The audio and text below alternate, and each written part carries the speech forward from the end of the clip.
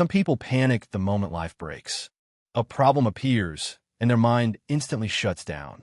But then there's another type of person, the quiet one. The person who sees the same chaos, the dead battery, the crashing computer, the emotional breakdown, the financial disaster. And instead of panicking, they pause. They think. And somehow, they begin fixing it. Not perfectly, not fearlessly, but calmly. And if you've ever stood next to someone like that, you've probably wondered, what do they have that I don't?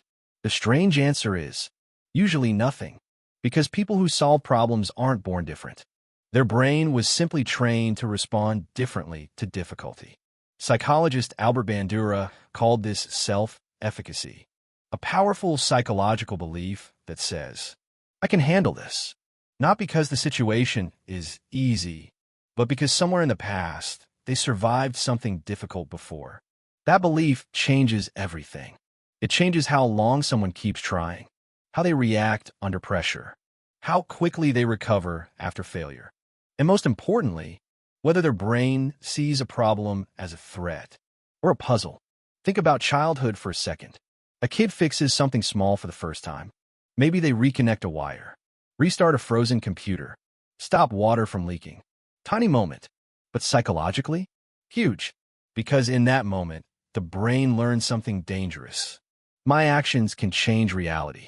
And once the mind learns that, fear starts losing control. Over time, these small experiences stack together. The person slowly stops seeing problems as disasters. Instead, they begin seeing systems, patterns, steps. That's why highly capable people often look strangely calm during chaos. It's not because they feel no anxiety. It's because their brain has practiced surviving uncertainty. Research on something called locus of control discovered that people who believe they can influence outcomes are psychologically healthier overall. They handle stress better, recover faster, and feel less helpless during difficult situations. Meanwhile, people who feel powerless tend to freeze. Not because they're weak, but because their nervous system learned that effort doesn't matter. And honestly, sometimes life teaches that lesson early. Some people grow up being encouraged to solve things themselves. Others grow up in environments where nothing they did changed anything. Those experiences shape the brain more than most people realize. But here's something important. The calm problem solver isn't always mentally healthy. Sometimes, the person who fixes everything became that way because they had no choice. As children, chaos may have surrounded them constantly. They learned, if I stay useful, I stay safe. And eventually, competence became survival. That's why some people physically cannot relax when things go wrong. They need to fix everything immediately. Not just the external problem, but the anxiety inside themselves.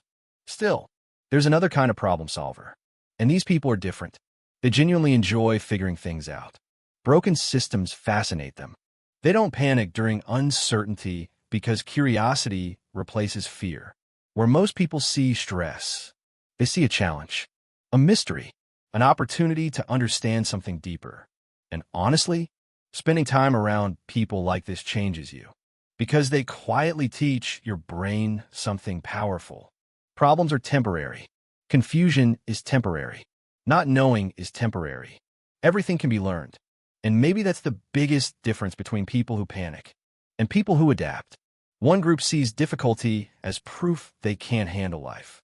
The other sees difficulty as training. But here's the hopeful part. Psychology shows self-confidence is not something you magically receive. It is built, slowly, through tiny victories. You make one uncomfortable phone call. You solve one small issue yourself. You stop waiting for someone else to rescue you. And your brain begins changing, little by little. Your nervous system stops fearing problems and starts trusting you. So if you've spent most of your life feeling overwhelmed, that doesn't mean you're broken. It may simply mean your brain never got enough evidence that you were capable. Yet, because confidence is rarely born first, action comes first, then the brain catches up later.